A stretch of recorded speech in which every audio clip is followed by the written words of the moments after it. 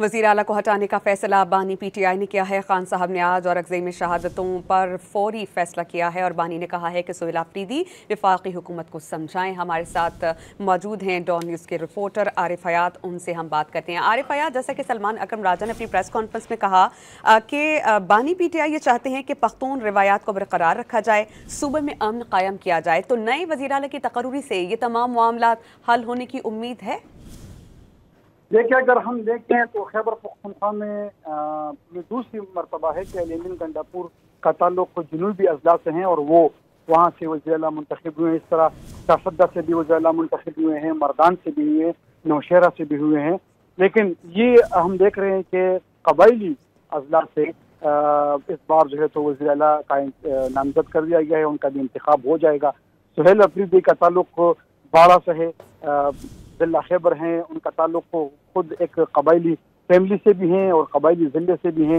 और अगर हम देखें तो इस मरतबा जो है तो इस बार जितने भी कबायली अजला हैं सूबे के, तो उसमें काफ़ी अमन अमान की सूरत हाल काफ़ी ख़राब हैं।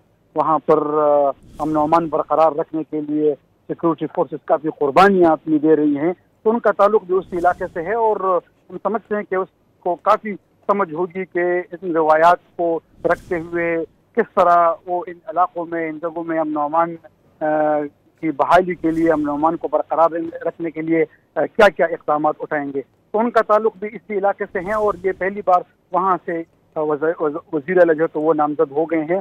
यही वो कबायली अजला हैं जो इससे पहले ये पाटा वफाक के साथ थे और 2018 के बाद जो है तो वो सूबे के हवाले हो गए हैं और वहाँ पर सूबाई जो इलेक्शन हैं वो हो गए हैं पहली बार। ये दूसरी बार कबायली अजला में सूबाई इलेक्शन हो गए हैं और उसी के नतीजे में सुहेल अफरीदी जो है तो वो बाड़ा से कामयाब होकर असम्बली में उन्होंने कदम रखा और इन्हीं तमाम रिवायात और ये सारी चीज़ें हुई हैं। और माजी में अगर हम देखें तो बाड़ा, खैबर, ये सारे इलाके जो हैं तो काफ़ी मुतासर हुए दहशतगर्दी से।